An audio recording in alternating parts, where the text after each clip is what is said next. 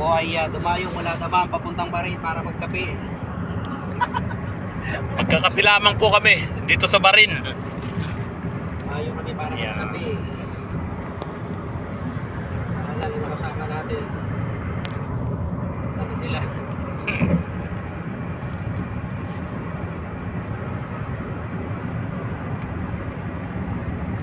Itong kalsada na to, this is the road that is what we call no turning back.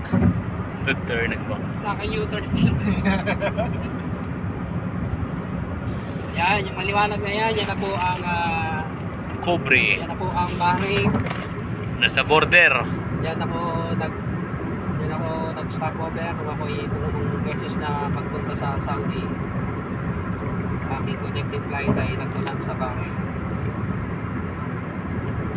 Uy! Sensya na.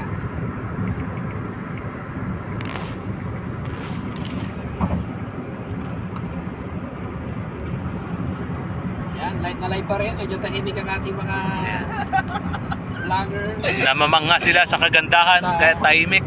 Makapigil hiningang paglalakbay sa tulay ng Damam at Bahrain, ng Saudi at ng Bahrain.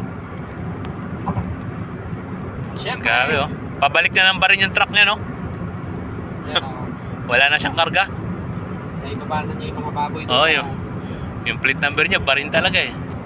Tapos Filipino driver. Stand pa lang. Naku. Ito. Ayan o.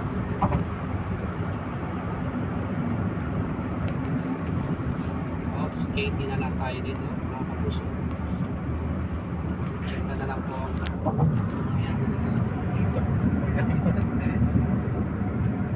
Ayan, ito po ang dito sa pinaka-ingat struktura ng Bahrain. Simbolo yun ng bakal na may langis.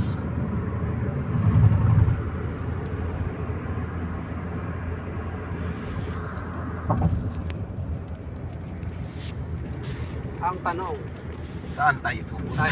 Diretso lang, diretso. tuloy na to. Ayan yung parking. Saan yung parking? Ito? Tama to? Ayun o.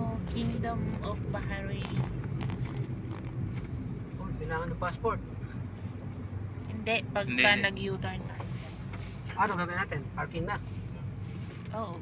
Saan ang parking? Ito. Parking. Ayan. Saan yung bakanting lote? Saan- Sige, diretso may U-turn dyan eh. Saan papa-U-turn na naman tayo. Pagka wala tayong visa na. Diyan lang na